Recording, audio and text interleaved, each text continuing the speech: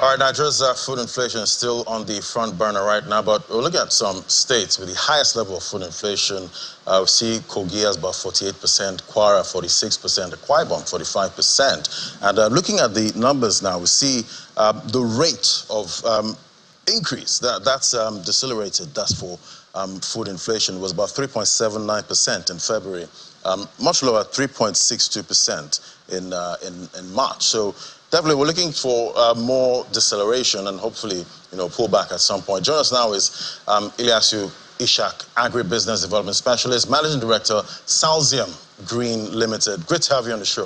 Thank you for having me. Yeah, so these inflation numbers are quite significant, at this time. And looking at the states, we're seeing the states are even much higher than the average, food inflation rates, that we have, for Nigeria. Talk to me about what we're dealing with here. We're a food basket. Why can't we get cheap food? Yeah, definitely. We need to put some things into context to know that Nigeria, as a food production country, we are not being able to produce food 365 days a year. So we basically depend on rain-fed food production. Basically, more than 75% of our food production is being done during the rainy season. Little is being produced during the dry season. So definitely, that has to affect the inflow of food into the market. With recent crisis of insecurity, farmers not having access to their farmlands, levies putting on the farmers for them to access their farmland. This has significantly reduced our, annual production capability with respect to basic food. So this is some of the reason why we are witnessing this inflation, coupled with some other factors such as the, devaluation of Naira, which has, encouraged foreign entities to come to Nigeria and buy food, because to them, they are buying it cheap. They have the dollar, they come to Nigeria, they exchange, and they, to them it's quite cheap. While to us, because of the reduction in the purchasing power, we are buying it as at a more expensive price. Because currency devaluation is not the worst thing in the world. It's good if you're an export, dependent country. That means you get more, sales, abroad. But talk to me now. What do you think is a short to medium term strategy, to bring down prices? Because the average Nigerian spends almost everything on food. Yes. So the recent, gains of our national currency, the Naira, will play a significant role in bringing this inflation down. A lot of people are complaining that we have been witnessing the, upward, gain of Naira for the past 3 weeks, but it hasn't really affected the inflation rate. Yeah, the reason being that food inflation, the gains by Naira will not immediately reflect in the food inflation. So, but going forward, the recent gains by Naira will definitely stem the inflation, rate significantly, and also the reduction in the price of diesel, which is used in transporting food from, the farm to the market, to the urban centers, to even shelves of the supermarket. The reduction of in the price of diesel will significantly bring food inflation down as well.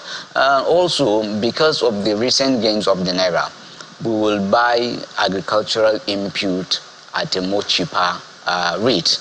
So by this rainy season that we will soon start, the farmers are expected to, buy their normal input, such as fertilizer, which is the major agricultural input as far as food production is concerned, at a very low price.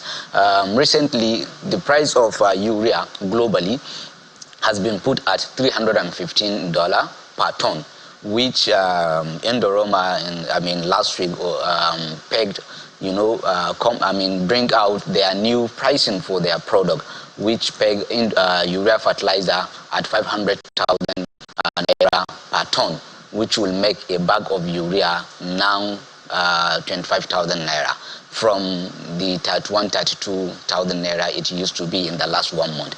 Also, the price of other fertilizer like NPK is expected to significantly drop from what it is, 42,000, 43,000, 41,000 to somewhere around 35, 36,000 So all these naira. are mostly external factors at this time that might play into the food inflation price. Definitely. But what can the government do, at this time to, bring some kind of succor to the people? Because at the end of the day, if you're paying so much, for food, and we also have, a healthy diet, that's also, rising at this time.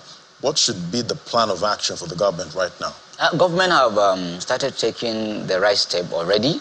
By allowing importation of certain food items such as maize and soya into the country. So I mean, we all know that maize is among our staple foods. But at the same time, maize is a key raw material for a lot of industries, like the animal feed industry, and the likes, which couple of months ago, we were competing with these companies in accessing maize, in buying maize. Nigerian citizens are going to the market to buy maize to eat, while Olam and the likes are going to the market to buy maize to process into animal feed.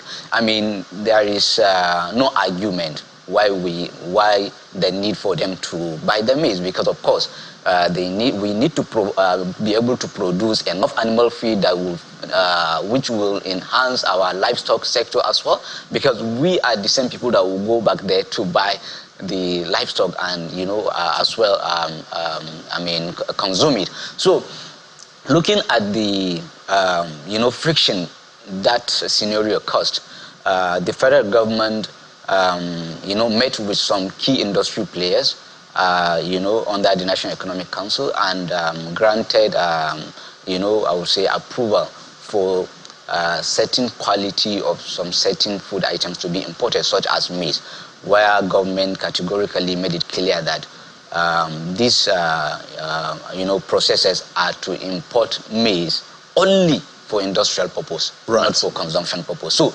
it's really not affecting our drive of feeding ourselves. Okay. So that's maize price dropped from somewhere around 65,000 to 47,000 now.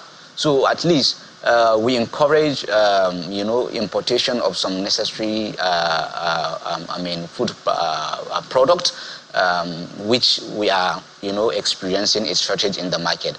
Also, government need to bring down tariffs in order to make prices more cheaper. Also, I think that we can never be tariffs at the ports and tariffs, getting some of those foods out of the farms and to the markets, at this time. Yes. So I guess quite a lot to do there. But before I let you go, quick one: where do you see food inflation rate peaking? For me, I think